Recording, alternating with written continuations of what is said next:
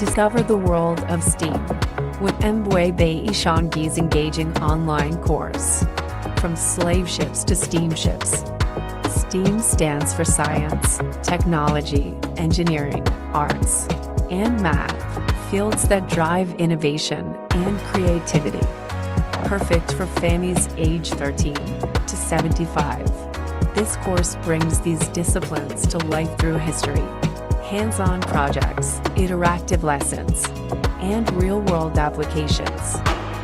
You'll explore robotics, coding, art integration, and more, all from the comfort of your home. Sign up today and reignite the creative genius inside for every generation. Visit CryptoWokeMovement.com for details.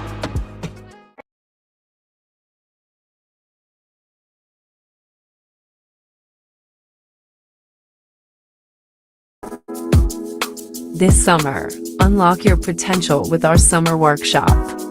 Join our dynamic online courses, designed for everyone aged 13 to 75, starting June 1st through August 3rd with Mbwebe Ishangi of the CryptoWoke Financial Sustainability Movement. Dive into financial education for adults or gear up for success with financial education for student athletes. Teens and young adults can build their financial future, and everyone can explore the wonders of STEAM. For just $149.99, you get access and can invite 3 friends or family members to join you or choose their own course. That's for people for one low price. Workshops start June 1st and run through August 3rd. Sign up now and invest in your future.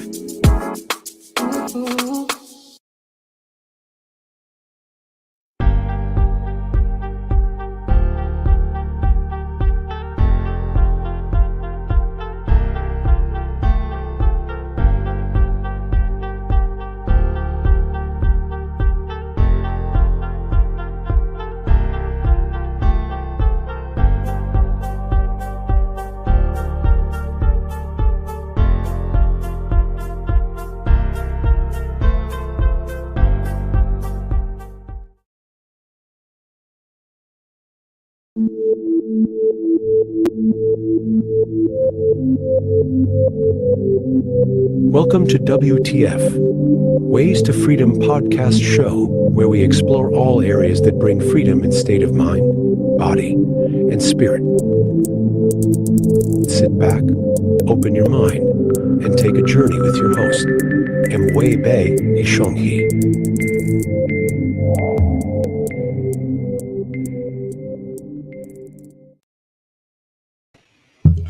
Bless up, bless up. Greetings, people. What's up, family? How's the tribe doing this evening? We are at another episode. Blessed to be here. Every opportunity is a great opportunity. So I definitely am going to always give praises and being grateful and being able to come on yet again and share some information with the ether. Giving thanks to everyone for tuning in this evening. We are on Wednesday already, hump day again. This time does not matter. It's a man-made thing, but even with it being man-made, it's still damn fast. It's getting faster and faster, right? So, we are at the ending point of the month of May. It is now May 29th, 2024. We are doing episode number 10. We are in our 10th, so now we're in the double digits. We've graduated to the second level of double digits. And I'm excited to be here, happy to have started this journey, and even more happy that you all are joining me with me, be it either live or you're catching the replay. Hope everyone is well. It's always a pleasure again to be here. And for those that are chiming in, please feel free. The chat is always open. I love to just, give greetings and salutations to everyone coming through. Feel free to come in the chat. Let me know what city you're hailing from, where you're tuning in from. And all of that. And, if you were with us last night, we were talking about the introduction to a conversation about AI. This is a definite ongoing conversation that I will be having on this show because it's just so deep. There's so many different layers and levels that, I definitely see several different episodes covering this, especially as I continue doing diligence and research to find out new things that are happening that will affect us one way positive or the other. So yeah, so hope everyone is well. We're in here for another one, another banger. And if you know me, if you've been here before, then you know that I like to talk about the themes that we cover every episode. We try to touch base on, and it's funny how I always say we. I got to catch myself. It is me, but I like to say we because of duality, and we are a community. But I like to cover. Uh, each episode is going to cover one of these six themes. That's finance, spirituality, health, history, STEAM, and philosophy. Tonight, we're talking about health, which is part of, also goes with STEAM, but we're talking about health tonight because uh, that's a huge part of the spoken will in the thing called life, right? Health is what maintains you to be here. And I feel like, just as with all the other things that I mentioned, we don't talk yet enough about it. You know, one of our I think one of the biggest things that are used against us is our taste buds. We have become slaves to our taste buds, and we will go ahead and forego the health qualities or lack of, and because it tastes so good. And that's something that I think we all, have faced and still, are fighting with, juggling with. Although I would say I'm about 75, 80% vegan. I will have especially in the summer months, I'm gonna have my grilled salmon. I'm gonna have that, Or if you're in the islands, I'm definitely having some fresh fish there. But outside of that, really don't eat any meat, no sugar, well, refined sucrose, because that's a terminology that most folks aren't familiar with. You just think white sugar is white sugar. Although they say, oh, what about brown sugar? Brown sugar is just basically white sugar and molasses. But refined sucrose is basically what the original scientific name is. It's not the natural sugars that are found in fruits and sugar cane and whatnot. But yeah, white flour, white rice, all those different things that I've eliminated from my diet going back to when I was 20, 21. So it's been over 30 some odd years, 32, 33 years now. Um, and I still have the cravings. I mean, I was raised in it, and there's nothing against, my mom for raising me with that stuff because this is all we knew. And, we trusted what the powers that be would give us. Why would we think that the U.S. government, FDA, et cetera, the food pyramid, all that would be really about trying to decay or add to the decay of our lifespans, especially uh, in some cases specific ethnic groups. So when I was in my early 20s, one of the first books I read was by my Baba Jenga's book from the Browder Files, and talked about introducing me to the concepts of diet. And then I read another book by Michael Joseph called AIDS. And we know that means acquired immune deficiency syndrome, but his terminology for AIDS meant animals in the digestive system. And that book just turned everything around for me. I went cold turkey after finishing that book. While reading that book, I went cold turkey because I couldn't wait to the end. And went through my symptoms of withdrawal. I read another book called Sugar Blues by William Duffy. That book also helped me to get off and stay off of sugar. And then it's just been a continuum of learning about diet, be it from Layla Africa, Ancestar now, from Dr. Sabi, who's also an Ancestar. Just learning about food because when I was young, and most of us are never taught about nutrition outside of what school may teach us, and maybe you hear eat your fruits and vegetables, but that's about as deep as the conversation gets. But no one really goes into like what happens when you do eat right and what happens when you don't. Now we can see kind of what happens when you don't. We can see it in our communities. We can see it in our direct bloodlines. High blood pressure. We could see obesity. We could see sugar diabetes. We could see all these different symptoms. And I can say that honestly, before I even started doing reading and understanding about nutrition, I thought that was normal. I thought that inevitably I'm going to be overweight. I'm going to slow down. I'm going to have health issues, etc. And come to find out, when people say what's in your, it's in my family. So my mother was big, my grandmother's big, everybody's going to be big. No, it's the consistency is not so much that it's in your genes, it's in the menu. you're inheriting the menu. If you're eating what everyone else is eating, if you're eating the food that someone who has doesn't really understand the value of nutrition, you will end up like them, eating the same foods over time. So that's something that so tonight's topic, we're going to talk about what's in your food. We're going to talk about the for me, my angle is always trying to point out the culprits, the origin, because for me, it's not so much to say, hey, don't eat this, don't eat that, eat this, eat that, but also understand that there's a systemic design. How did this become so that we are eating this? How did it become that we were misled to believe that this is actually quote unquote food? This is what you put into your body. What system is put in place. And we know that, when we talk about the 10 areas of people activity, if we come from that perspective that Drs. Neely Fuller and Francis Quest Welsing, who's an ancestor, and Brother Kidi Awadu put together, we know that those 10 areas, those being economics, education, entertainment, health, labor law, politics, religion, and war, you heard health is in there. Heard education is in there. And so that lets you know that there's systemically this thing that was put in place to make people believe, hey, this is the diet. This is the 4 basic food groups. This is the food pyramid. This is what you should be eating 3 meals a day. And you should be having this amount of protein and this is and that, telling you that protein can only be getting from meat, not getting from grass. When you look at the animals that are full of protein, where they get the protein from eating vegetation. Go ahead and eat the vegetation, skip the meat. We haven't been taught these things. So again, we're and it's, there comes a point where it is our responsibility because it's your own body and you need to take control, or you should consider taking control of your body, because inevitably if you fail your body's going to you will feel that pain, you will feel that wrath, be it in the forms of heart failure, strokes, and all the other things that we know that happens with bad health. It could even not even be something that extreme. It could be you might have arthritis, you might have knee joint problems, you might have high, your blood is like mad thick, so it's you're winded, you don't have enough water in your system, etc. All these different things, right?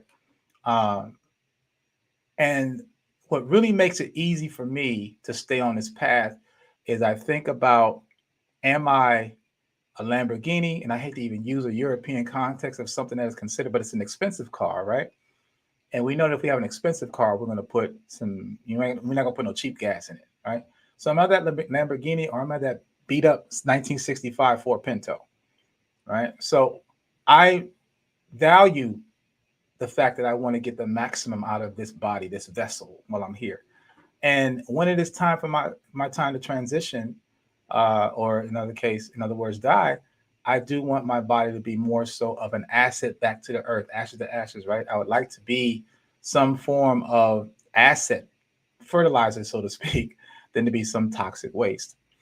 But again, this comes with the fact that we have not been taught these things. And so it's okay when you're younger, when you might say you don't know, but when you're an adult and you are responsible for your own time, yes, give them the time that you need to earn a living, but the other time is to use to figure out what your path is. I talked about this before in regards to financial therapy, and what is that dash between our born and transition date? What is that filled with?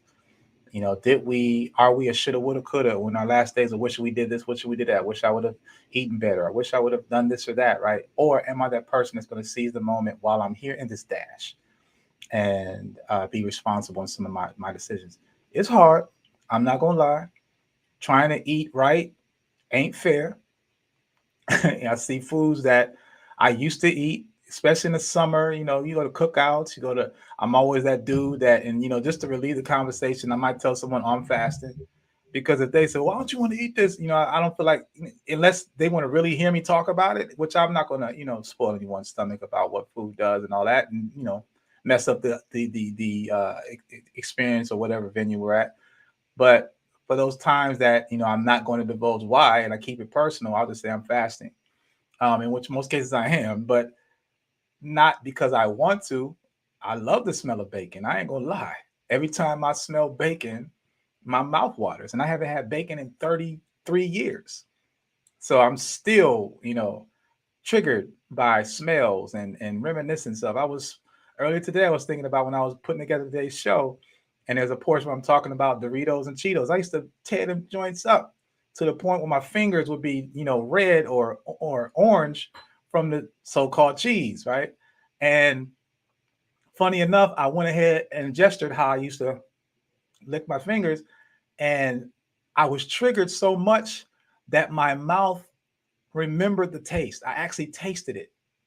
Crazy as hell that happened. But I was like, yo, I didn't even have any, but I did this and it tasted like the Cheetos I used to eat. So I was just like, wow, this is really mind triggering mind, like your mind can really, really play some games with you. And it really takes a certain level of, Sister Benita says, yeah, me too, right? It takes a certain level of diligence, commitment, and your why. I would say that one of the reasons what has kept me off of sugar in particular, is because of that book, Sugar Blues, William Duffy. When I read and I think about Michael Joseph's book, I go back and I reread it again, and look at how animals are created, and nowadays with technology, I mean, we're looking at created foods, right? So we're having Frankenstein foods, not just your what is that fish called? Shoot, I forgot the name of that fish. It's called a Frankenstein fish, tilapia. But also, uh, they're beginning to 3D print food. So these are foods that are being made in the labs. The flavoring are being made in the labs. The flavoring has always been, well, I would say over the last 30, 40, 50 years there's a company called the IFF, the International Flavoring Foundation or Federation. And they are responsible for taking clear liquids and making it taste like whatever they want. You want to taste like grapes? They create a solution. They pour it over whatever they want to pour it over, marinate it, whatnot. And you're thinking you're eating grapes. You think you're eating strawberries. You think you're eating fish. You're thinking. So for all I know, they could pour this liquid solution over a tire, cut it up to look like a piece of fish, and you might think that you're eating, or a piece of poured over a tire to make it look like a steak, and you're thinking that it's all tough because of the rubber, and you're thinking you're eating steak because of the flavor and not understanding the nutrients that makes it up. So that's the thing that really has always kept me at the forefront of looking at what's happening in the food industry and what are they doing to so-called feed us. And that is why we are having this conversation tonight. All right. So before we get into tonight, I just wanted to ask, as you come through, be it again live or if you see the replay, do me a solid. Your being here is currency for me. It helps me to build. It's not just financial. It is a currency as far as energy. And your energy is welcome and appreciated. Again, I appreciate you even taking the time to check this out.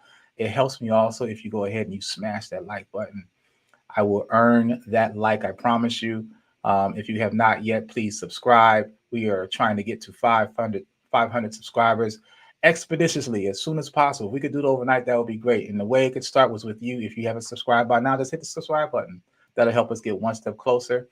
And if you want to even do a further gesture, let your friends know. Let your friends and family know, hey, come check this site out, this channel out, and see what the brother be talking about. You can go back to the archives and see all the other 9 episodes we've done so far and the type of things we talk about. So you get an idea of what WTF Ways to Freedom is about. We are talking about the emancipation of our minds so we can make better decisions on the path that we are walking.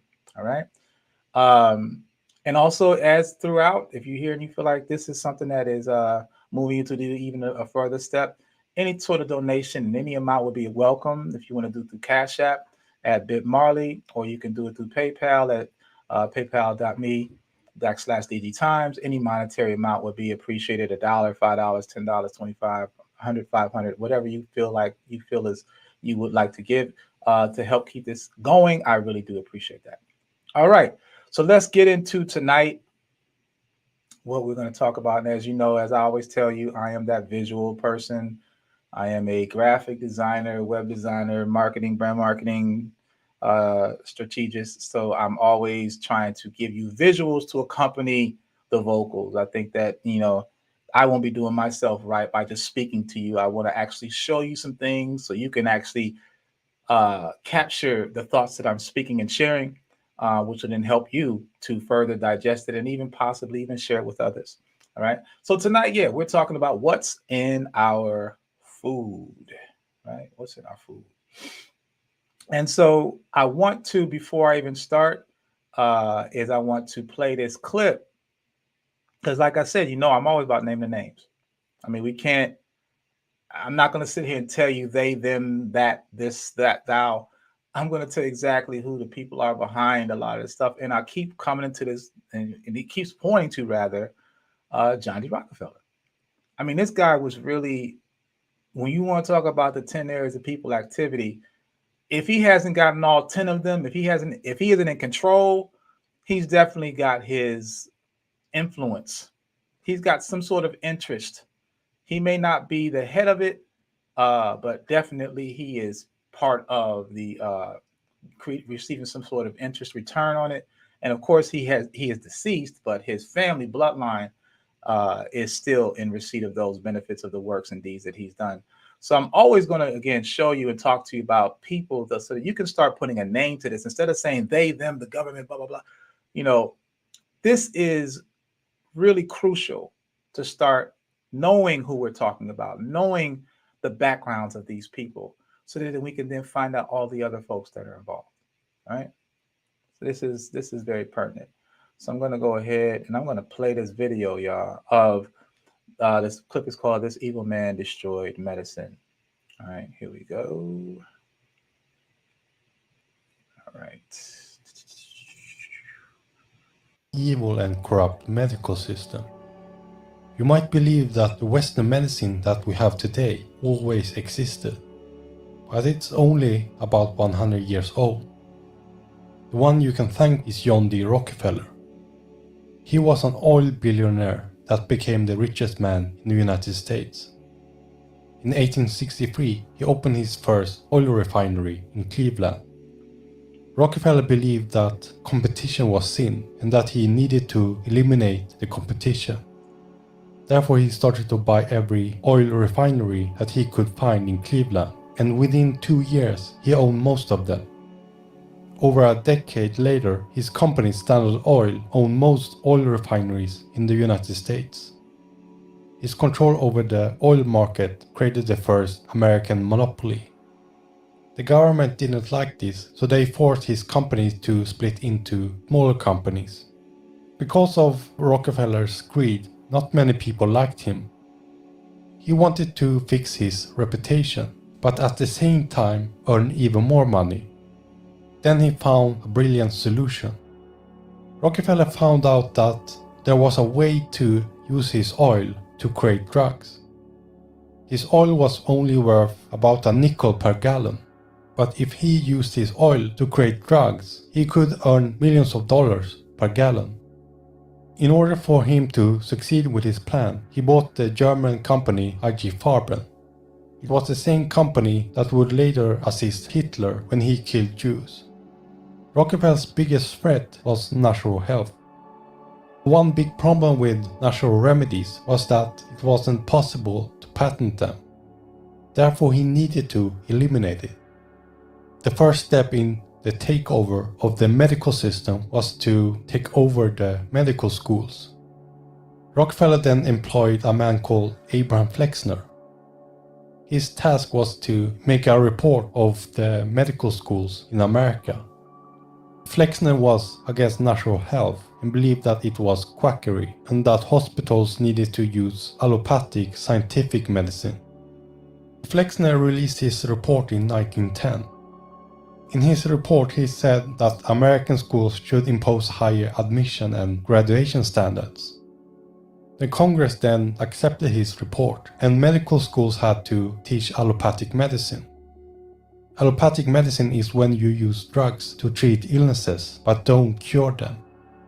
When Rockefeller got the green light that medical schools had to teach allopathic medicine, he and the Carnegie family gave grants to medical schools. They told the medical board that they would receive money, but they had to have one representative on the board of directors. And after that, medical doctors started to treat illnesses with drugs.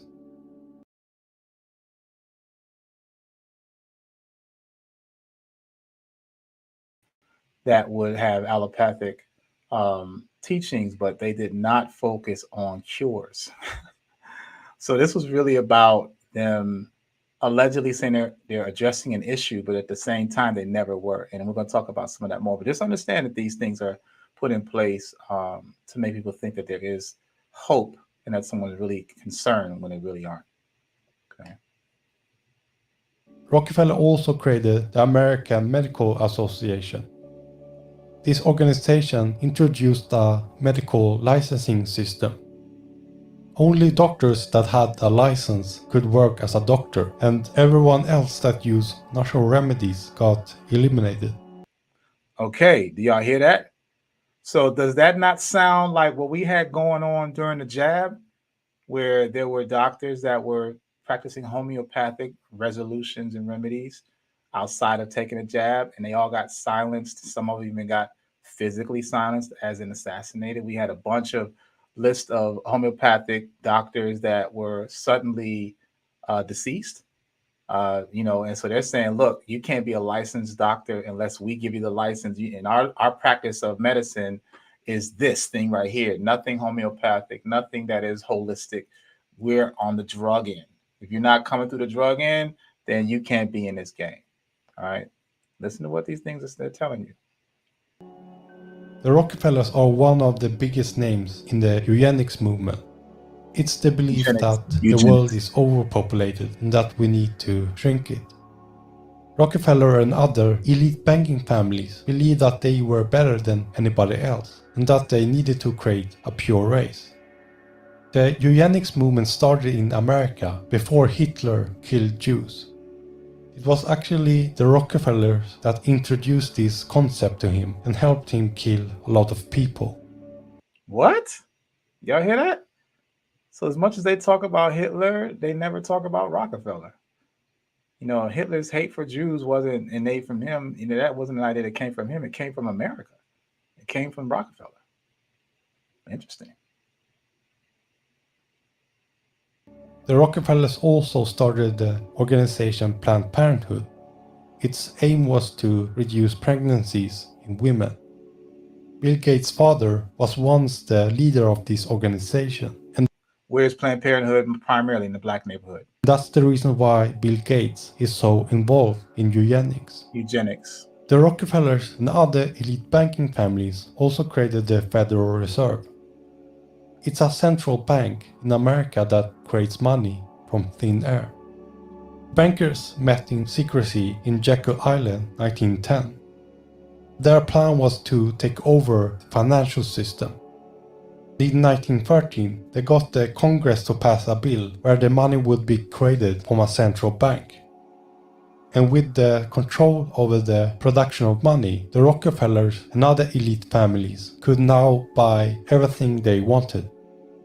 The aim of Big Pharma medicine is not to make people healthy. Instead, its goal is to make everyone sick, because you can't earn a lot of money if people are healthy. Ha! All drug companies work together as one network. The whole system can only continue if there are sick people. If people were healthy, then the whole system would collapse. You can't become healthy if you follow the corrupt system. Psychopaths created the medical system that we have today, and they still run it. Unless we don't realize this, we will continue to stay sick and never heal. It's time for you and me to learn about health and don't trust this evil cartel. So I hope that was, a quick overview of some of the deeds of what Rockefeller has done. I mean, again, he had put his hands in pretty much all of the 9-10 areas of people activity. And because of that, these things are still in operation now, and they're revving up. They're not slowing down. Nothing has changed. If anything, has gotten worse. And we're all the none wiser. Which back in the day when Jay-Z came out calling Rockefeller Records, I knew back then. I'm like, wait a minute. Why are you? We talked about the power of names, even though he didn't spell it like that. It was Rockefeller, but it was Rockefeller. And I'm like, how you got black men just like the Boule? I know JT's not in the Boule, but excuse me, just like you got black men that want to. These are the examples they look at. And because he's a billionaire, that's all that Jay-Z saw, is wanting to be a billionaire, which he is today. But he saw his billionaire path through trying to mimic or even call on the power of the name of Rockefeller. And so it's really interesting when you now learn all the stuff that Rockefeller was involved. I wonder what Jay-Z feels like today if someone were to show him a video like this. You know what I'm saying? What would he be thinking about the path that he went? And someone could say, oh, he was young and dumb. But okay, but now you're a philanthropist. What do you do to erase that? What do you do to make amends for that? Because you're part of that enclave of brothers that in hip hop made people want to chase money and also have these so-called idols that have been doing a disservice to Black people their entire lives and now in their bloodlines' lives. Like, how do you address that? But this ain't just about Jay-Z. This is just about the fact that we need to understand who these folks are. And Rockefeller is no different. I think that he's one of the most pivotal people that we could spend time on of just what he was about. And when you look at this slide here, you can see the different creations he made. From Rockefeller Foundation, the University of Chicago, he started. Standard Oil is when he really began. Standard Oil, that was then forced to break into because of they were forced to break into 30 different companies, and so he had several different entities. He was forced to dissolve the one corporation for basically monopolizing the oil game. And he had a shrewd way of doing business. He would choke the competition out simply by buying up their resources and then making you have to buy it from them at a higher price. So Standard Oil, Sterling Drugs, J.P. Morgan Chase. We talked about J. Piedmont Morgan a few episodes ago with Rockefeller. That was one of his partners. We talked about Spelman College, that being created as a Black HBCU, so-called quote unquote HBCU, but it is actually founded and named after Rockefeller's wife, Laura Spelman. The Rockefeller University, which was one of the first medical institutions of research. They were researching. That's the thing when you find about what they actually were researching. They weren't first searching for cures. They were studying people and their reactions to bad product, namely the petroleum that was left over from the oil that he had as a residue. He had all this residue from the oil that he was producing, and he needed to put it somewhere. So they decided to put it into drugs. So you'd have this medical industry, this school that was created to then for people to learn how to study the effects of putting these petroleum-laced products, petroleum-laced chemicals into products, and monitoring the folks that were taking it, primarily people of color. The American Medical Association was another one, and the American Cancer Society. He was involved in the creation and or head of all of these organizations and a few more. All right, so he definitely had his vendetta, as I had quoted in one of my episodes prior to, about how he did not want a nation of thinkers. He wanted a nation of workers. He didn't want you to think. He didn't want you to want to be what your life should be, and that is the choice of what you want to do with your life. He wanted to create the life for you, and then make you thank him for it in return, because making you feel like you're powerless to do for yourself, and that, okay, I can make this for you. I can make it easy for you. So thank me. You know what I mean? So this is what we have been living, and that's been passed down through generations that unfortunately we are just now becoming aware of. All right, so let's talk more about him. And at the crux of all this is eugenics. Okay, so if you know anything about eugenics is about this superior gene. This is what we hear so much about Hitler talking about. As I mentioned earlier, they said, well, Hitler's the one. Well, no, he learned that from Rockefeller. Okay, so that's interesting. Rockefeller, who was an American, right, from Cleveland, Ohio, moved to New York City, had an influence on what are the so-called biggest assassinators, even though Theodore Herzl was much bigger than that, as far as killing Africans, tons of millions of Africans. I think over more than 6 million, because that's what Hitler did. I think it was over 27 million, over 20 million, but they never talk about Theodore. But they will talk about Hitler as being this mass assassinator of Jewish people, but they're not going to talk about the mass assassination of people of color, in particular Africans, diasporically. Um, so that's the thing that we're, really should be looking at. Sister Kendra says the crazy thing is the system they created has a huge impact on the U.S. debt. Exactly. And here's the thing too with the U.S. debt is that the U.S. debt is paying them. The Federal Reserve is that bank that they're going to pull out and do whatever they want to do around the world. Rockefeller and the Rockefeller family bloodline has no affection or affection to America.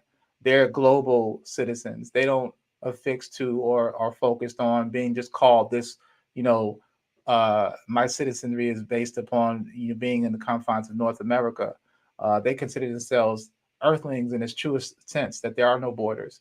And so they don't mind putting one country in debt, knowing that it's going to pay them, or knowing that this other country is going to bail them out, which is them basically causing the problem and bringing a solution. This is what they do. You got to read Gary Allen's book, The Rockefeller Files. It really talks about how they really, created this plan to make people believe that they're these illusionary borders, but all in actuality, the people that are the 1%, that international banking cartel, have no affection to any country.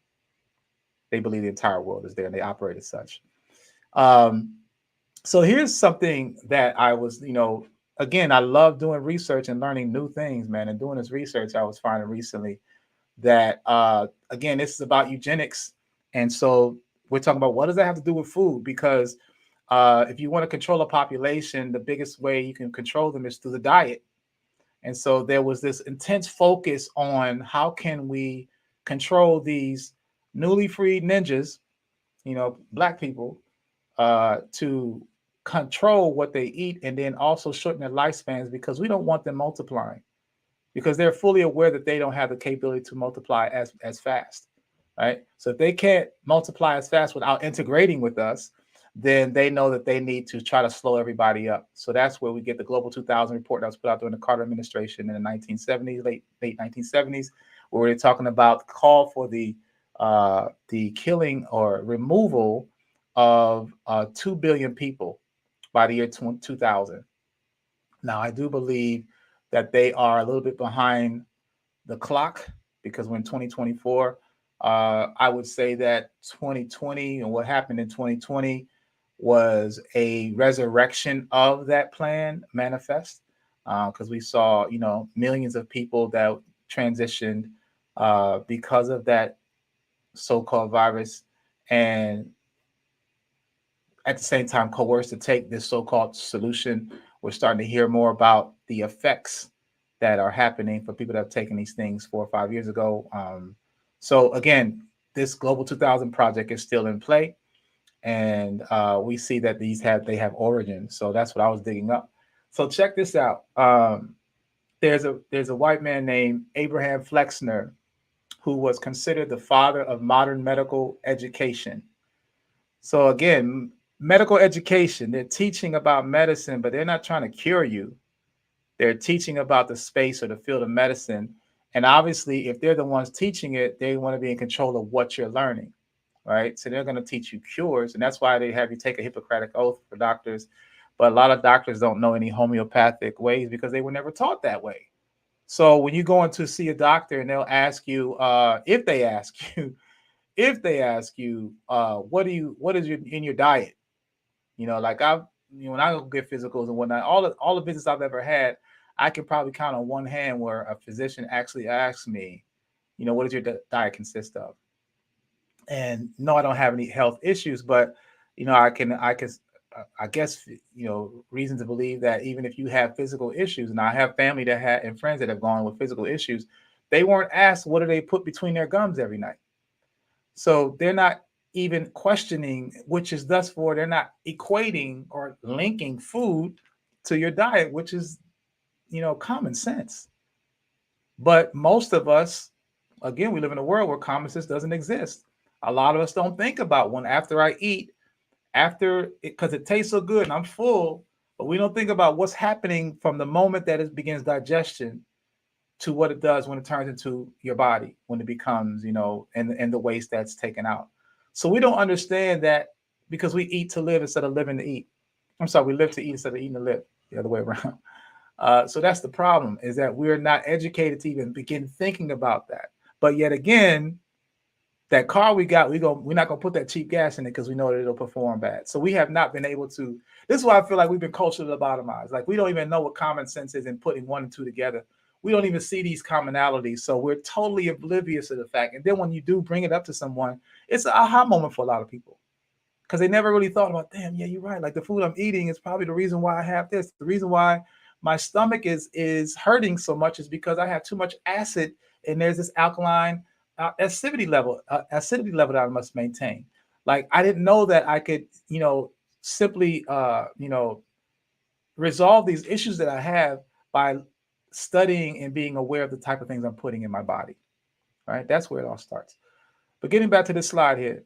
So Alex Flexner, the father of modern medicine and education, he was a researcher at the Rockefeller Institute. Okay, so he institutionalized this movement, as we know. Actually, it was originally called the Rockefeller Institute of Medical Research, but it was later called Rockefeller University, which is still here today. So it was a medical research institution where they would go in and do studies. And obviously, like I said, we talked about what kind of studies they were really doing. But he came out later with a report called the Flexner Report in 1910, where he was talking about the reformation of education in the United States and Canada. He was talking about how, at the time, they didn't really have, doctors could do pretty much any remedy they wanted. If they felt like herbs was a way to cure things, they would go the herb route. Some of them would use, drugs or whatever. But the point is that there was no regulation. There was no policing. So doctors could pretty much do whatever they wanted. Bless up, Brother Leah. Give thanks, man, for tuning in. So the problem is that he felt that the way they can't control the people that way. If people are going out there rogue and teaching medicine that are curing people, because as in the video you saw that I played, they said that, they can't get profit if people are healthy. They need to have people sick, right? How many times have you gone into a hospital and seen a bunch of empty beds? If that hospital remains with those empty beds, it's unprofitable, which means the hospital will shut down. It is a business. It needs to keep people in those beds, right? So if you're not sick, there's no need for a doctor. If we were all healthy, there would be no doctors. So we have to understand this is a supply and demand type of situation. They need to make people be sick so they can make money. So of course, they're not going to teach you about how to get healthy. Of course, the doctor you've been seeing for 10, 15, 20 years has really never given you a remedy. He's gotten you addicted to all these other prescription drugs where you think that this ain't hurting no more, but guess what? This developed the other day, right? They're never going to make it so that it's the last time you see them, because if that was the case, then they would be losing a client and basically losing money. All right. So let's understand that. Look at it from a business and not from a holistic or healthy perspective. They're not interested in your health. They're interested in your sickness. All right. So he critiqued the state of the American educational system in 1908. This attracted Andrew Carnegie, who again was part of the Rockefeller crew, to evaluate an in-depth evaluation of 155 medical schools in the United States. So they went after those 155 medical schools and said, look, we're going to teach y'all the way to teach them. And this way we teaching is going to make sure that your pockets stay fat, because this is the system that we want. We want to have people sick. We need to have that model work. So he also later founded an Institute for Advanced Study in Princeton and brought together the greatest quote unquote minds in history to collaborate on intellectual discovery and research. So the question is, yes, Sister Karen, medical mafia. I like that terminology. That's exactly what it is, medical mafia. So in this research, the question was, well, what, and more so, who were they studying? Who were they studying, right? Well, we got a clip here. Let's give you an idea. First case where African Americans were used against their will for scientific research, right? Not at all. And telling those stories, I think, is a very important part of healing that, because we still have a problem with disparities in access to care. And there's a lot of fear connected to going to the doctor. Research on African Americans without their consent dates back to slavery times. But then in more recent times, the Tuskegee syphilis studies is sort of one of the most unethical research studies ever done in the United States. Hundreds of Black men with syphilis were studied to basically watch how syphilis killed you from infection to death, even though it was treatable. So they withheld treatment. They didn't tell the men they were infected, which meant they also then, in some cases, infected their wives. So when the cells were taken from Henrietta in the 50s, she didn't know that these cells had been taken. No one asked her consent. And her family didn't know. She died soon after. And for 25 years, her cells were used in research, leading to incredible advances without her family having any idea. And then in the 70s, scientists tracked down her kids to do research on them to learn more about the cells. And that happened to be the same time period that the Tuskegee syphilis studies hit the press. So all the newspapers were filled with stories of scientists doing research on Black men without their consent. And so for the Lax family, it was terrifying, but it also felt culturally like this moment where it was like, see, this is what happens. So speaking about Henrietta Lacks. So again, we're having these institutions, all these medical institutions, and obviously if they want to practice medicine, who are they going to practice on? They're practicing on Black people. And they're not practicing on Black people for cures. They're practicing on Black people to support their belief in eugenics and creating the white superior gene. That also means not just breaking us down, but also extracting things from us, as you said in the case of Henrietta Lacks, pulling out those genetics and using it for their profitable benefits. Okay, so this is the history of our medical system, and we're still none the wiser about it, because we go to these folks in these white lab coats thinking like they're the Christ-like person to cure us from ailments that we could cure ourselves from if we simply went back to the old ways of our ancestors, who were told you go back in the backyard and pull any herb, and that's going to give you the resolve to any issues that you may having. Or think about the type of foods that you're eating, or the production of the type of foods that you're eating has changed. That's one thing I do remember my grandmother telling me before she transitioned. When I stopped eating meat, she told me that meat tastes different when she was in the 50s. And from the 1950s until like at the time, the 1990s, she had told me, she said, meat tastes totally different. And that's because they put an emphasis on how they created food. We're going to talk about that in a minute. But that's the point I really want to drive home here, is that it's been institutionalized. And they basically went in and changed the entire educational system for their benefit, because they wanted to make sure that they could perpetuate this mindset of, okay, we're not going holistic, we're going to go big pharma. You're going to totally do away with whatever your ancestors taught you to take care of yourself. No, we have the answers for you. And in fact, we are even going to create these foods that don't even taste good, so that you'll have some fun in like what you're eating, but at the same time, you're not knowing that it's killing you. So you'll come back to us. We're the one that created the problem, right? We made these designer foods. Then you're going to come right back to us and ask us to cure you. And you're thinking that that's going to work out. And this cure is never really going to happen. It's going to be just a delayed decay of getting worse and worse, right? This is what cycle we have been part of. All right. So on more with Flexner, I want to read to you this piece here that was from his report. And this report was very interesting because he actually had a part in there where he was talking about, this is chapter 14, where he's talking about Black people, right? So this is what he had to say. And you can see where I underlined some stuff too. But he said, the medical care of the Negro race will never be wholly left to Negro physicians. Nevertheless, if the Negro can be brought to feel a sharp responsibility for the physical integrity of his people, the outlook of their mental and moral improvement will be distinctly brightened. The practice of the Negro doctor will be limited to his own race, which in its turn will be cared for better by good Negro physicians than by poor white ones. But the physical well-being of the Negro is not only a moment to the Negro himself. 10 million of them live in close contact with 60 million whites. Not only does the Negro himself suffer from hookworm and tuberculosis, he communicates them to his white neighbors, precisely as the ignored and unfortunate white contaminates him. Self-protection, not less than humanity, offers weighty counsel in this matter. In self-interest seconds philanthropy. So he's basically telling you that there's 60 million white folk and 10 million Black people, and he's worried about us giving white folks tuberculosis and hookworm. The Negro must be, we all know about the damn the pilgrims and the damn smallpox they put in the blankets that they gave to the Native Americans, right? So, come on, y'all. Who has a history of poisoning who purposely? The Negro must be educated not only for his sake, but for ours. So this is a plea. He's like, we need to get them this way because it's going to save us. He is as far as human eyes can see, a permanent factor in the nation. So they're letting us stay. Thank you. But he has his rights and due and value as an individual. But he has, besides the tremendous importance that belongs to a potential source of infection and contagion.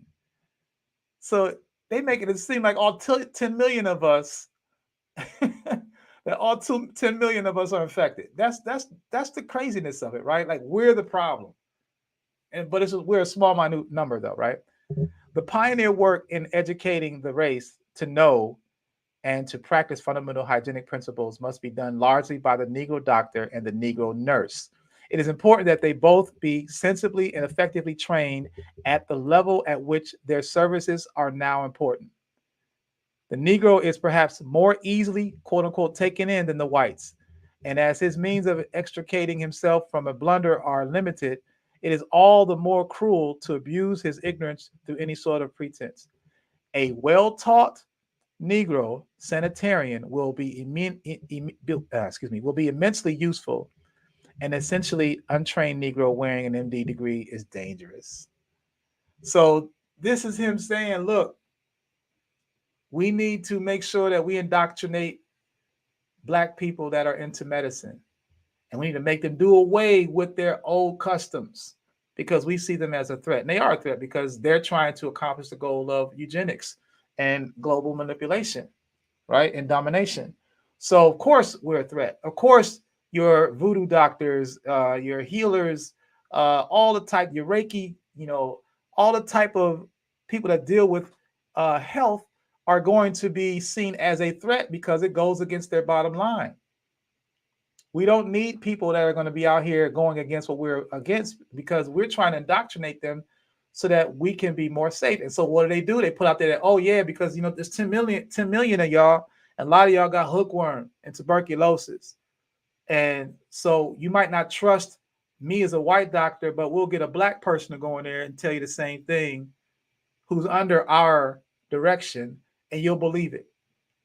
This is why when we talk about the Boule, when I did that series, the second part I talked about, I think it was the first part actually, I talked about how the Tuskegee experiment under R.R. Moulton's watch, who was in the Boule, who was the head of Tuskegee after Booker T. Washington just, I won't say mysteriously died, but he transitioned rather quickly, that the Tuskegee experiment happened, that the doctors that came in to inject the syphilis into the brothers were Black men.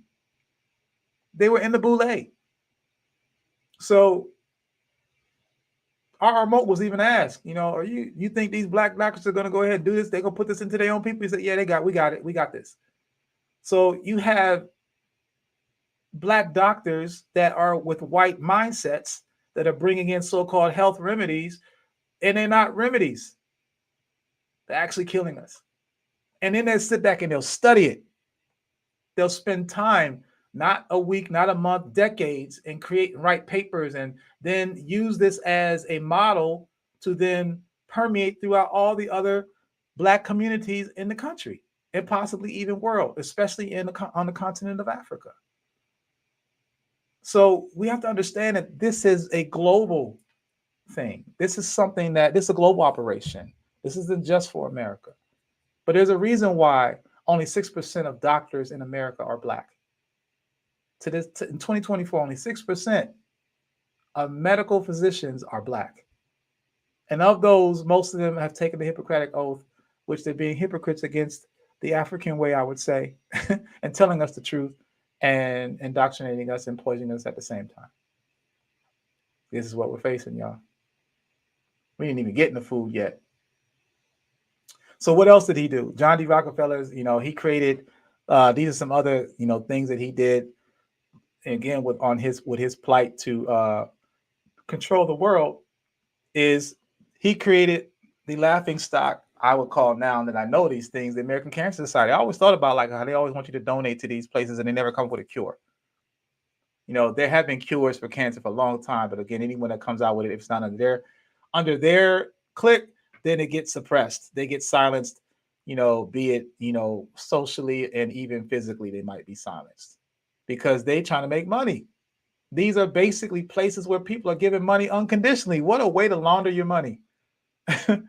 Where people keep giving you money for this cure that never arrives. So for over 100 years, the American Cancer Society has been a place where people can just donate money, thinking that they're trying to find a cause that their cause is they're never interested in finding. So they just take that money and they use it for whatever endeavors else that they're doing. It was founded in 1911, Rockefeller Institute for Medical Research, again now called Rockefeller University. 1913, the American Cancer Society was founded the same year as the Federal Reserve.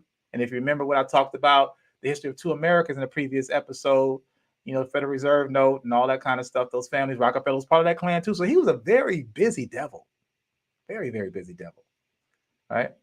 The American Cancer Society receives more money in contributions every few minutes, y'all, more than the Independent Cancer Research Foundation, which receives in a full year. And the ICRF, the Independent Cancer Research Foundation, has 90% cure rates. The ACS, 0. But they get more contributions in a few minutes than the ICRF does in a year. It's crazy. Well, it's not crazy. They designed it that way, right? They designed it that way. So Sterling Drug, which is a global pharmacy, was the original branch, and it was based in Ghana. Again, they have their claws and tentacles in all of the countries, especially in that wherever Black people are, that's where they are setting up shop. And Rockefeller they call him a philanthropist. I call him actually he was shiesty because he figured if I can give you money, then I can actually hold you accountable to do my wishing and my biddings, just like how they bought politicians. So, you know, he was very generous, so they say, with his donations, but they came back tenfold trust, right? Trust they did. Harvard Medical School, he said they have given over $8 million, Yale over $7 million, Johns Hopkins $10 million, Washington University over more than $2 million, Columbia University 5, Cornell 1.7. This is when he was alive. He died 1930 something, whatever. So millions of dollars back then is definitely billions of dollars or hundreds of millions of now, right? So he had money that he was given to buy off people so that he wouldn't have to do all the work, right? All I gotta do is, you know, give you this hush money to make you do these things, and it'll come back tenfold. He also promoted the idea that cancer cells causes damage to DNA, but it was proven in 1930 that cancer cells could be turned back into healthy ones. This is the American Cancer Society, y'all. There's data that shows that cancer can be cured, that cells can be reversed, but they're promoting that no, they're not even mentioning it. They're saying that cancer cells, they're going to damage your entire DNA. So inevitably, you're going to die. Well, that's why they put you under radiation, right? That's why they put you under that microwave when you have cancer. They want to burn the rest of your cells. They're not trying to resuscitate them. They're trying to kill them off, right? So there was a person named Dr. Royal Rife who discovered cancer could be remedied more holistically. His interest carried out by his large donations. I already said that part. I'm sorry, I repeated that. But the American Cancer Society has yet to create a cure, but continually receives donations. That to me is one of the biggest forms of banking arbitrage, better than banking, which again, he's part of. So these are the health syndicate that he put together that have kept things in line. The Rocket Foundation is the head of them all. You know, from that, you have to have your banking, how you can finance things. That's where JP Morgan Chase comes through. Then he created these organizations with the American Heart Association, American Cancer Society, the American Medical Association. Again, you have to basically get their license and permission to perform medicine, any type of medicinal procedures in America. If not, you're you're outside of the clique and you can be silenced and or even prosecuted and even do face prison time and fines, right? And then they institutionalize this way so they can further teach other new doctors, up and coming doctors, through universities like Rockefeller University and the University of Chicago. And of course, it trickles down into not just medical people that do medicine, but we have to make sure that people learn this stuff and learn this kind of way to eat these type of things. Well, then we got to have a market. Where do they get their food from? Well, here we come, Kroger. Kroger was one of his partners from Cincinnati. But real quick, interesting that I found when you break down the Rockefeller University's logo, you see there on the left here, around the logo it says Scientia Pro Bono Human Genus, and I believe that's Latin. And what it means is science for the benefit of humanity. Science for the benefit of humanity, y'all. So again, they portray that they're here for the people. And so, of course, well, it says here that he's here for the people, but we don't do any diligence. So we believe what we hear, or what we read, rather, what we see, what they want us to see. And we don't do our diligence in finding out they're doing the exact opposite. The entire exact opposite. And all you have to do is do a little bit of diligence and take a little bit of responsibility in your own health, and you'll find that. So coming back here, we find that this is what's happening today. This was put out early this year in January.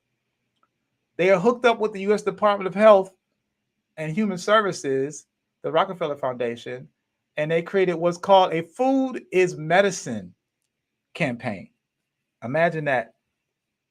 So they're in collaboration with the U.S. Department of Human Health and Human Services. So again, this is all political. This is all on a high government level. They had a seal of approval from the government to now say that food is medicine, but at the same time, they're not coming out with any cures. They're not talking about how there is a cure for cancer. They're not going to tell you about foods that you should not be eating.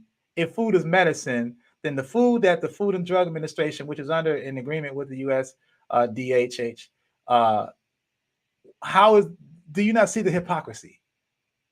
And again, you have one of the largest food chains in America, Kroger, is a place, and all of them followed suit in the type of foods that they will allow for people to have access to. Because now we've been conditioned to get our food from them. We don't grow our own food anymore. We haven't been doing that for 2 or 3 generations. All right. So again, the reason of all this is eugenics. We could talk about Bill Gates, and we could talk about Monsanto and how they've created non-regenerative seeds. We could talk about how we've been conditioned to prefer to have seedless fruits. Grapes, we don't want seeds. We don't want seeds in our watermelon. We don't even know that the original bananas had seeds in them. We are conditioned to having seedless foods because it's easy to eat and swallow. Not understanding that these are manufactured. These are Frankenstein type of foods that we're eating, and we're not on the wires. We just know it tastes good. All right. And we're thinking, well, I'm getting my fruits and vegetables, but if it's seedless, you're really not getting what you're supposed to be getting. You're getting something else. All right. We also can talk about, Planned Parenthood. We could talk about Margaret Rappert and how, Satcher, I'm messing things up here. I'm getting all these different names in my head because there's so many of them. But Margaret, am I saying her name right? Let me blow this up because even my eyes are messing with me. Sanger, Margaret Sanger. And she created Planned Parenthood. And we know the Planned Parenthood are predominantly in melanated neighborhoods where Black people live primarily. And they're all about eugenics, trying to control. If you don't know anything about the history of Planned Parenthood, you got to think about during the 1970s, where, if a family wanted to get government assistance, they had to have the male outside of the house. So men were kicked out of the house to receive food stamps. They weren't allowed to live there. That was Planned Parenthood that was behind that. These men who were now kicked out in the streets had nothing else to do, nowhere to go. So then here comes crack cocaine. So the drug game is what really took a lot of our brothers out because they didn't have any place to lay their head, and they got into wanting to, provide, but they weren't allowed to be in their own homes because they couldn't find jobs. So they ended up getting into the street life. But here's a video I want to play with you, which is very interesting about this person that really, people aren't really talking about him, but I think that you should become aware of. Peep this out. Those who don't know, Klaus Schwab is chairman of the World Economic Forum and wrote the book This is an excerpt from the book. At least 4 billion useless eaters shall be eliminated by the year 2050 by means of limited wars, organized epidemics of fatal, rapid-acting diseases, and starvation. Energy, food, and water shall be kept at subsistence levels for the non-elite, starting with the white populations of Western Europe and North America, and then spreading to other races. The population of Canada, Western Europe, and the United States will be decimated more rapidly than on other continents until the world's population reaches a manageable level of 1 billion, of which 500 million will consist of Chinese and Japanese races, selected because they are people who have been regimented for centuries and who are accustomed to obeying authority without question. From time to time, there shall be artificially contrived food and water shortages and medical care. So I want to remove the bottom part so you can see what it says. The water shortages and medical care. So these are planned ways that they have to control people.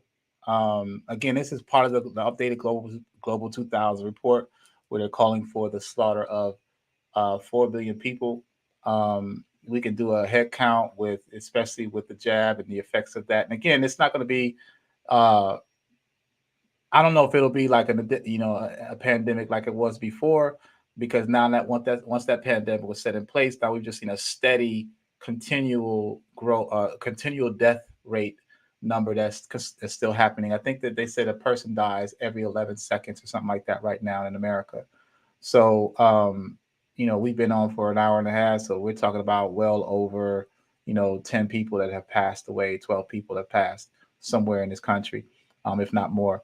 But the point I'm making is that we're seeing that this is all based upon the need for them to have race purity. They feel like everybody else, they're useless eaters. Useless eaters are considered those that have no use. They're like cattle. And when they feel like they're done with what they want with them, then they will get rid of them, right? It's expendable, basically expendable. And so they see us all as that, even some of their own, right? So how do they do that? So there's a slow drip kill. You know what I mean? Like, again, you can't create this wave of paranoia by having hundreds, if not thousands of people start dying, right? So you got to kill them slowly. And at the same time, you want to control the birth rate. You want to make sure that a lot of them aren't reproducing. So how do we stop shorten your lifespan, and at the same time prohibit you from reproducing? And if you do, that these are less than quality type of folks that have ailments or they'll have shorter lifespans. How do you do that? Well, the best way to do that, other than shooting them with a bullet, right, or injecting them with something, is the food. Let's put it in the food. I mean, and then let's make it taste good so that they are even that much more unaware of what's happening. So when we do that, do some research, you can understand here the focus. Let's look at some of these things I found that recently, that how the fast food industry courted African-American customers. How fast food became black. You can remember earlier in the day, like I'm a 70s baby, if you remember the commercials back then, what many commercials that were black people. Now today, every fast food commercial got black people on it. Every fast food commercial, right? Not only are they playing the music, but it's us eating it and smiling, right? So, the clip they cloned Tyrone, if y'all saw that on Netflix, it came out last year, and how they said they put in the chicken. I was like, whoa, like it's so deep how that they can even tell the truth and we still aren't awake. We still aren't awake. We didn't even react to that. There was no big reaction to the fact people are still eating a Popeye's chicken, right? They're telling you, and that's because we become slaves to our taste buds because it tastes good. On top of that, they made it hard for you to want to eat better because it's so expensive, right? We have online, when you look at the McDonald's menu, the $1, $2, and $3 menu. I remember when I was in college, and I had 2 years in, this is when I started stop eating meat, and that's when they came up with the 99-cent menu, and I was pissed because when I was in college, I couldn't afford to get a cheeseburger, or I couldn't afford to get fries and whatnot. And I wanted to so bad, but you know, as a student athlete, you weren't allowed to work. So I had to eat the nasty cafeteria food. But right when I started to give up meat, they came out with the 99-cent menu. So if you went in there, you had $5, you was gonna eat big, you was gonna eat fat. So I was upset because I'm like, damn, I didn't get a chance to, to invest in that. Because at the time I liked cheeseburgers and hamburgers. Who didn't? Right. So, but that was the scenario that they put in place, is that, well, let's make the food cheaper so that those people that can't afford to eat better will eat more of it. They'll take the whole family and spend $10 and feed the entire family, right? Because they can't afford to take them out to a meal, or they can't take them to the store and buy really good food.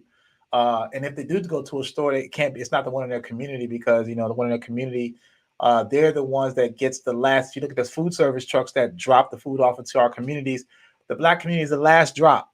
So that means the food that's been in that refrigerated truck has been in there all day, as it went through all the other communities, from the white community on down to the shades, to Black being the last one. That food's been there the longest. It's the worst part. It's the parts of it are spoiled, and we think it's fresh, right? So again, fast food was a way. How did they get us to buy into it? By using our superlatives, getting our athletes, getting our entertainers. I remember MC Hammer, when he's doing popcorn chicken for KFC. It was like they paid him a lot of money, but a lot of people were dancing their way over doing the Hammer to go get some damn popcorn chicken. We got Sprite and soda, where they're saying obey your thirst. They use all these athletes. They're using now Anthony Edwards, who is one of the new faces of the NBA, promoting big billboards on the highway. Obey your thirst. Drinking this so-called thing called soft drinks. And I always wonder why they call it soft drinks when we know that the carbonation when we know it's strong. When you drink carbonated soda or water, soda, it's strong. When you try to drink a whole, you probably can't, because it's going to burn up your neck, right? Your throat.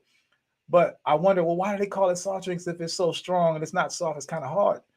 Well, it's because the amount of sugar that's in soda, bones, it makes your bones soft. So they're telling you right there, soft drinks is going to make your bones soft. But we don't do the diligence. We don't understand the science behind all this. So we thinking it tastes good, and we love the fact that it has that pop to it, but not knowing that we're actually causing, if sugars can cause cavities, and your skeletal system is also a bone like your teeth are, what do you think is happening inside your skeleton? We can see our teeth, but we can't see our femur. We can't see our thigh bone. Okay, so this is the things that we're not aware of, and it really is interesting when we think about this. So, coming back to these statistics here, we see that since they started marketing to Black people specifically, the profits have skyrocketed. Minus COVID, you see that it went down in 2020 because of COVID. But now that you have DoorDash and all these other places where you ain't got to go to pick it up yourself, we've seen that they are profiting in the nearly $340 billion in 2020, or 2022 rather. The other starting statistic is that ethnicity wise, Black men, 30 fast food is consumed by 36.5% of adults daily. All right, so over a third of us, so 1 out of 3 is having fast food for lunch, breakfast, or dinner today, right? And you might be one of those folks. Found that of black adults, 42.6 of us are eating fast food. So nearly half of us are eating fast food every day, probably for lunch, right? We have the highest level of fast food consumption. Of course, no wonder, because of the marketing, right? We found that it's the younger adults that have the highest percentage in regards to age.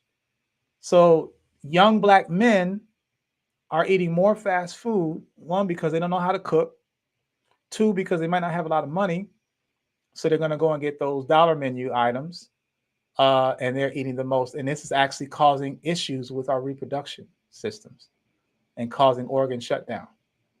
Okay, but again, we're not aware of these things.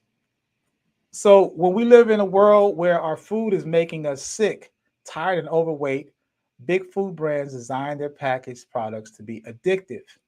So we consume unhealthy ingredients over and over again, and it gets worse.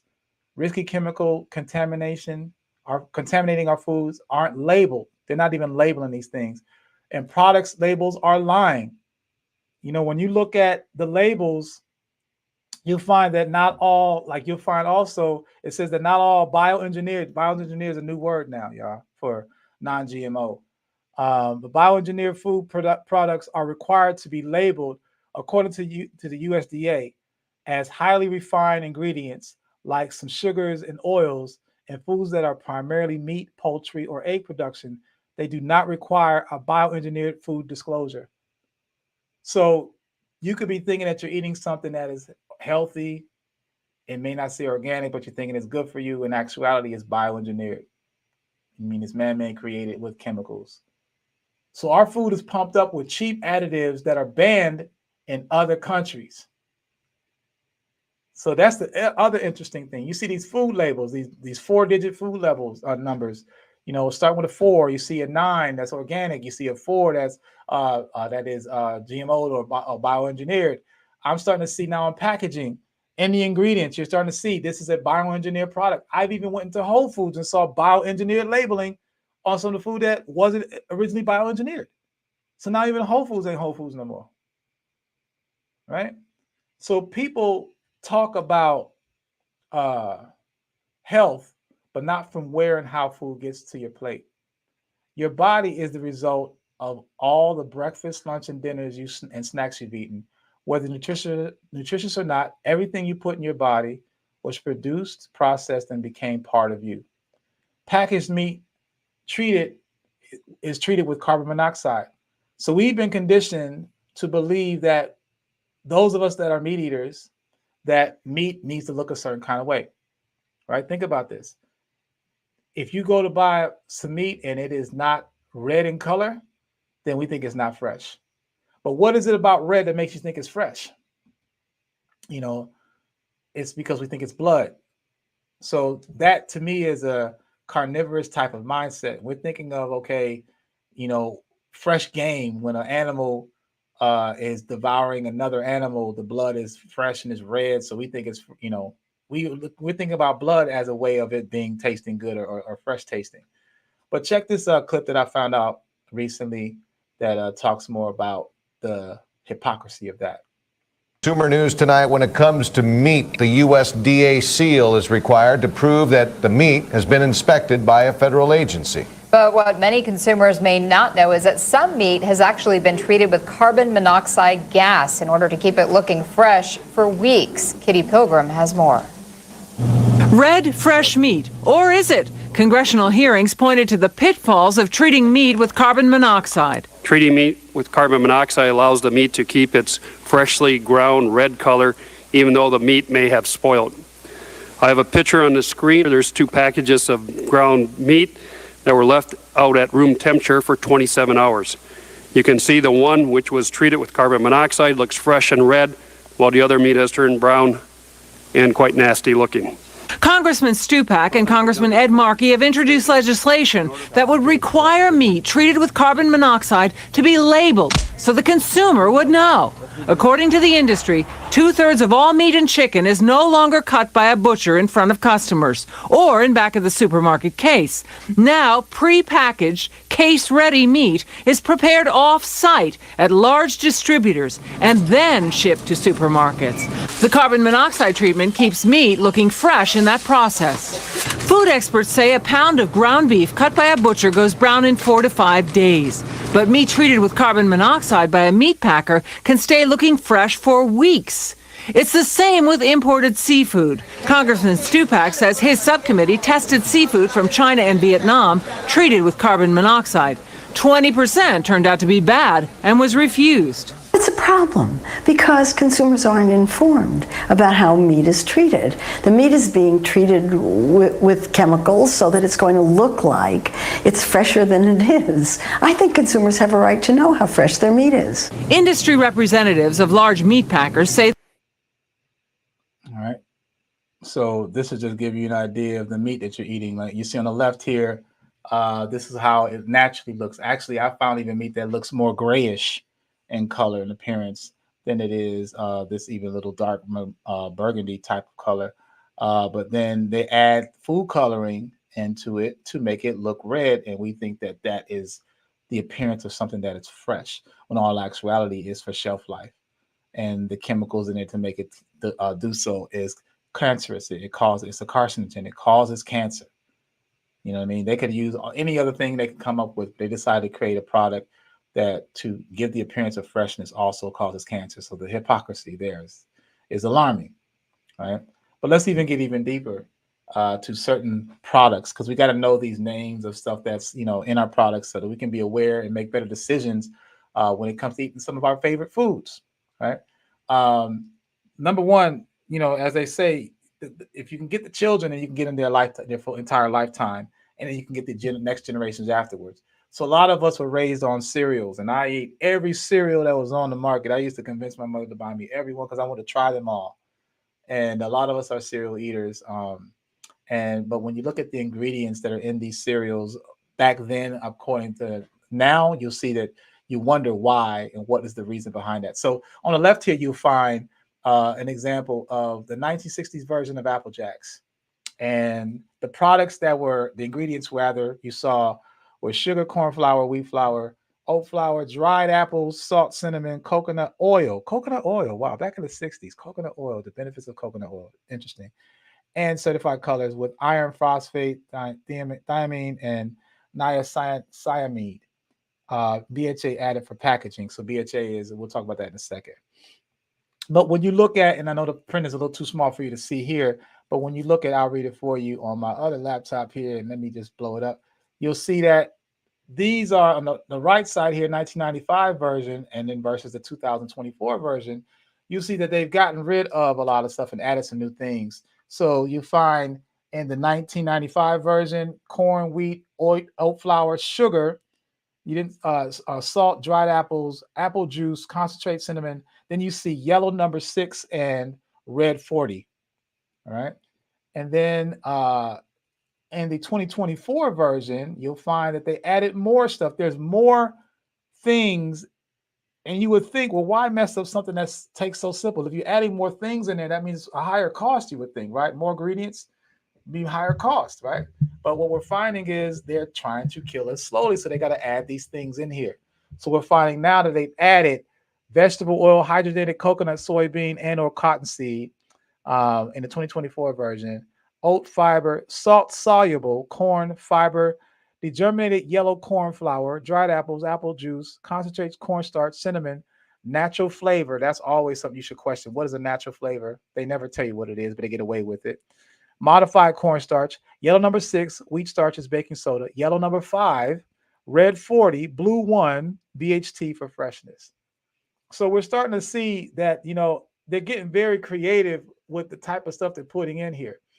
And studies show that kids are attracted to bright colors. So that's why they decided to add these additives or food dyes to make the Apple Jacks appear to be more brighter green and brighter orange. Okay, in original Apple Jacks, they were just the orange colored pieces of cereal. But now they've added, and to do that, they used red 40, yellow 6, and blue 1. And BHT is these are strictly regulated in the UK and in Europe and Japan and also in Canada, but not regulated here. So you have an American-made company that makes food that is shipped around the world, and in its very own home space, it decides to poison its own people. Whereas in other countries said, no, we don't want that shit here. If you're going to sell this, you need to take all those things out or we'll ban it. So they made the version as correct for to be soluble, at least, a little more healthier than what they sell to their own people. But this is the hypocrisy. So Kellogg's doesn't have any, they're not American. If you want to say about being patriotic, it is nothing patriotic about these companies. They're killing their own people, and they're starting with the babies. All right. Here's an example of Rice Krispies. Because again, they go for the sweets. That's because that's what we want, the salts and the sweets. We want the chips, and we want the cereals and the cakes and the bonbons and all that type of stuff, the ice creams. That's where we are most, that's the snacking. That's where they're going to get us quicker at. So artificial colors have also been added to affect memory and learning. Okay, so this red 40, blue 1, yellow 6, these are additives that causes problems with remembering things, causing changes to neurotransmitters in the brain. Additional research shows they disrupt the immune system and are laced with carcinogens, so a whole bunch of different cancers it'll cause. The food dye report in 2021 said overall human studies indicate that synthetic food dyes are associated with adverse neurobehavioral outcomes in children. So these fits and rants and raves has a lot to do with the food that they're eating, and that children vary in their sensitivity to synthetic food dyes. Current federal levels for safe intake of synthetic food dyes may not sufficiently protect children's behavior or health. The levels were established by the U.S. Food and Drug Administration decades ago and do not reflect newer research. So this is stuff that's been going on for a long time, y'all. And they know it, but they keep it in the food. And that's the biggest problem. It's because we're seeing that, we're not linking ADHD to the foods that we eat. Why aren't we doing that? We want to put them on Ritalin, because that's what the doctors are telling us, to put them on some sort of synthetic drug to handle their mood swings. And of course, now bipolar has been a big thing coming out. People are having these serious, dramatic from left to right type of mood swings, and not thinking that maybe diet has a lot to do with that. The food that they're eating has a lot to do with that, because their brain neurotransmitters aren't firing correctly, or they're firing incorrectly, and they're grappling with each other. So it's causing these mood swings. The person is dismembered. They understand, and they don't understand what's happening to them. And this happens with children more and more so now. But again, we just want to go ahead and put them in a special ed class and lace them up with Ritalin and thinking that's going to cure them when it's purely a neurological disorder. So here's a couple of listings of other additives that we should be aware of that you can start looking for when you go do your shopping and start looking at the ingredients. They always say that the advertisement is in the front and looks beautiful, colors and sparkling and all that, and it's vibrant, catches your eye, and the information is on the back. When you flip it over, then you're going to see what this thing is really made of. And usually they do it in ascension order. So it's like the most ingredients are listed first on down to the least. So if you find something that you're eating has more scientific words in the beginning, you really shouldn't be eating unless you know what those words mean. If it isn't just saying something simple like an apple, saying like, vanilla flavor, blah, blah, blah. If it's saying these onomatopoeia words that you never heard about scientifically with all these syllables and consonants, then you should really reconsider eating that food. All right. So here we go. And here's the thing about it is that, people think, well, it's just a little bit ain't gonna hurt me, but a little bit ain't gonna hurt. But we're talking about years and years of consumption. Again, this is a slow drip. So they know that you'll keep eating this thing, but you won't have any symptoms or effects until maybe 5 or 10. They're willing to wait that long. They're willing to wait 5 or 10 years because once you do get sick, it's going to be no turning back. And now they know that you'll be willing to take whatever they want to give you in prescription drugs, right? So nitrogen gas is actually used in packaging, and it's called BHT, BHT and BHA, which is, excuse me as I'm butchering these words, I'm learning to myself, but butylated hydroxynisole. So yeah, butylated hydroxytoluene.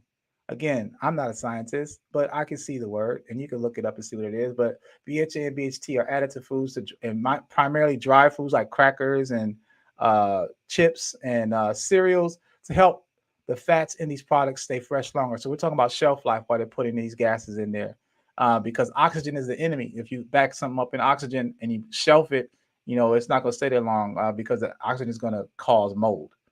So animal studies show, though, however, the BHA and BHT can cause cancer in humans, also endocrine disruption and underdeveloped sex organs. So it can mess with your hormones, and also perhaps, what is eugenics? Trying to stop you from having babies.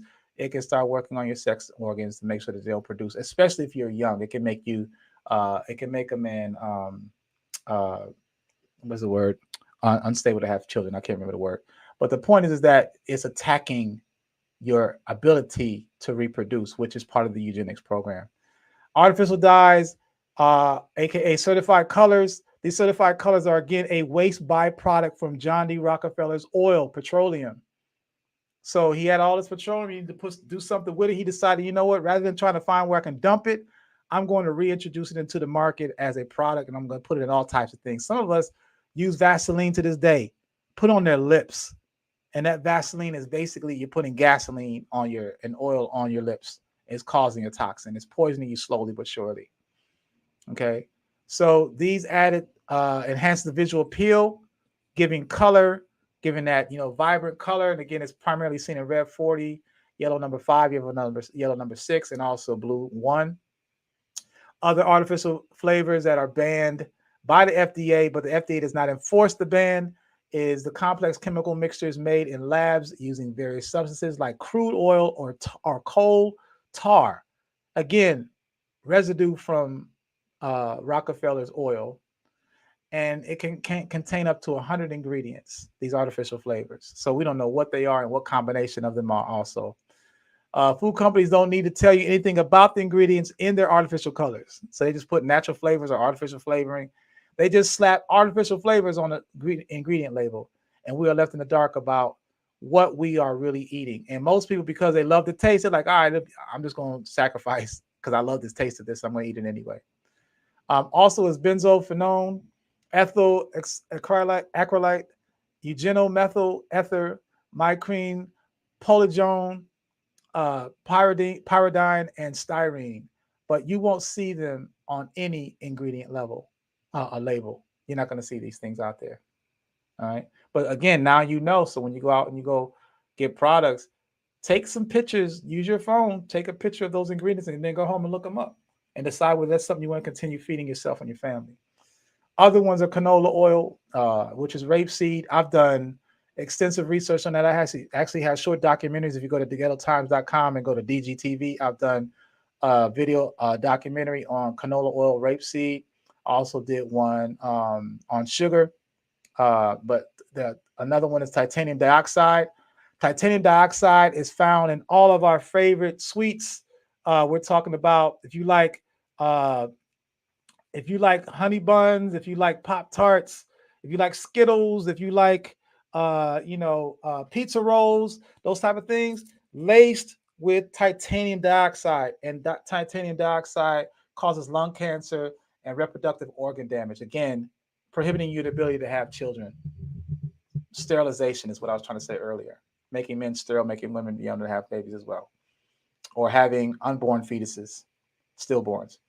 Corn, cornmeal and syrup, monosodium glutamate, MSG, which causes muscle tightness, weaknesses of the arms and legs, upset stomach, fatigue, headaches, allergic type reactions. RBGH, which is a recombinant bovine growth hormone, which increases growth, but it's also an accelerated rapid aging. So you're finding that younger girls that are eating, RBGH foods, chickens, beef, and things of that nature, we're seeing how they are developing early, with their breasts, their shapely bodies. So you'll see a teenager that has a body of a 20-year-old, but that 20-year-old is going to have a body of a 30-year-old. The 30-year-old is going to have a 40-year-old, etc. And by the time they're 30, they might actually look like they're 50. They don't take care of themselves because it's an accelerant. It's the same thing they would use for chickens to get the baby chick to grow faster, because there just simply aren't enough chickens to go around to feed the demand. So they would give them bovine growth hormones to make them grow faster, so they could kill them sooner because they're thicker, but they're not naturally that weight. Sugar comes under so many different names: aspartame, caramel color, cellulose, corn syrup, dextrose, fructose, maltodextrin, NutraSweet, xanthan gum. These are things that anything that ends with an OSE, cellulose, fructose, etc., it's sugar. And it's actually refined sucrose. Refined sucrose is a chemical. It is not actually the real sugar that from the sugar cane. It's bleached, and bleached means that it's taken out all of the nutrients. It has no value, no nutritional value whatsoever, other than the fact that it tastes sweet that we're eating it, right?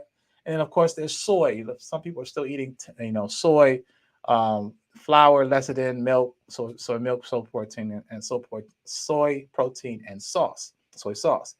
These are a few of the things that you should really take caution in eating. And if you go to this site here, it'll give you a list of the updated list of bioengineered foods, so you can get an idea of the type of foods that you should really try to stay away from, because they're not going to, there's going to be no commercials of this. There's going to be very few advertisements of letting you know what you should be thinking about putting in your bodies. So I would ask you to take a screenshot of this web address, or you can just look up list of bioengineered foods and you can find out the updated list that are banned. And so you can make better choice decisions. All right. So the alternatives is that if we are to practice holistic health, there should be no need for doctors, hospitals, and practice and pharmacies, and there'd be no Food and Drug Administration. So we really thought about putting health into our own hands. There would be no need for a doctor, and we're not trying to put doctors out of business, because they can be used for certain things, but let's limit the reasons why we have to go see them. Yeah, if I injure myself, I have to go see the doctor and I'd be thankful for them. But I don't want to go there because of my dietary habits or my dietary behavior when I can control it myself. You know what I mean? So I should be thinking about those things. I'm hoping that you are too. Our health is the seat to our liberation, and they know it, but we don't. That's why they market soda, chips, and fast food joints to us. Right?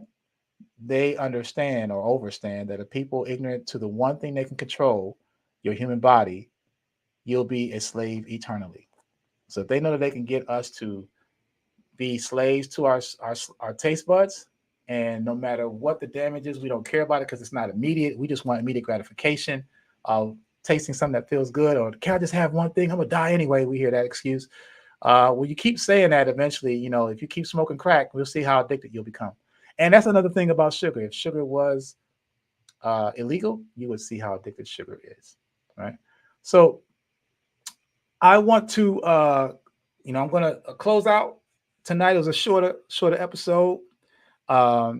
And I feel like this is going to be a series. So I just wanted to give you just enough to chew on for the evening. But with that said, before we break out, I just want to remind you that I do have my summer workshop happening. That is happening this Saturday begins. If you haven't signed up, consider doing so. We have 4 projects that are happening. It's going to be financial literacy for adults. We're going to have financial literacy for student athletes and also for regular students ages 13 to 25. The adults start at 25 to 75. And then we also have our STEAM project, which is for all people 13 to 75. Your entire family can take these courses. It's a virtual course. We're meeting every other Saturday, virtually for 6 weeks throughout the summer. So it's going to be basically an hour on a Saturday morning where you can sit down with your family and get some information about our story, be it by financially or learning about the importance of us and our contributions with STEAM and how important we should look into getting into STEAM. I did an episode about STEAM last week, so you can check it out in the archives. But with that said, I want to thank you, as always, for coming in. If you found today's episode was fruitful, if you find that you walk away with something that you're inspired to do further research, to do something to better yourself, better your family, better the outcome of the trajectory of you being on your path to ways to freedom, please like this video if you haven't already. If you haven't subscribed, go ahead and subscribe.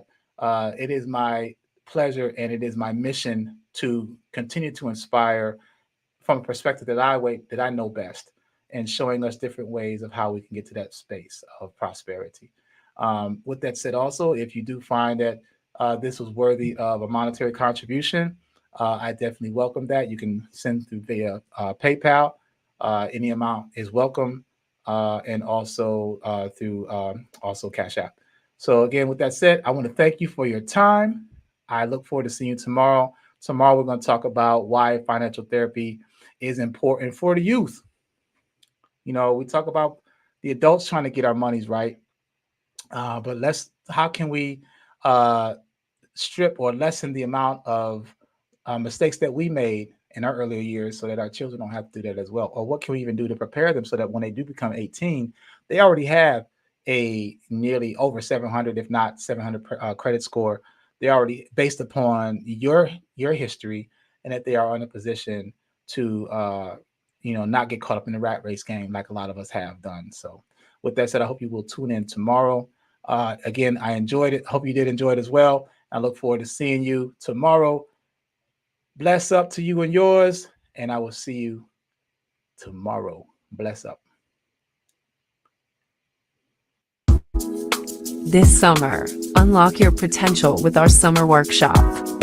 Join our dynamic online courses, designed for everyone aged 13 to 75, starting June 1st through August 3rd with Mbwebe Ishangi of the Crypto-Woke Financial Sustainability Movement.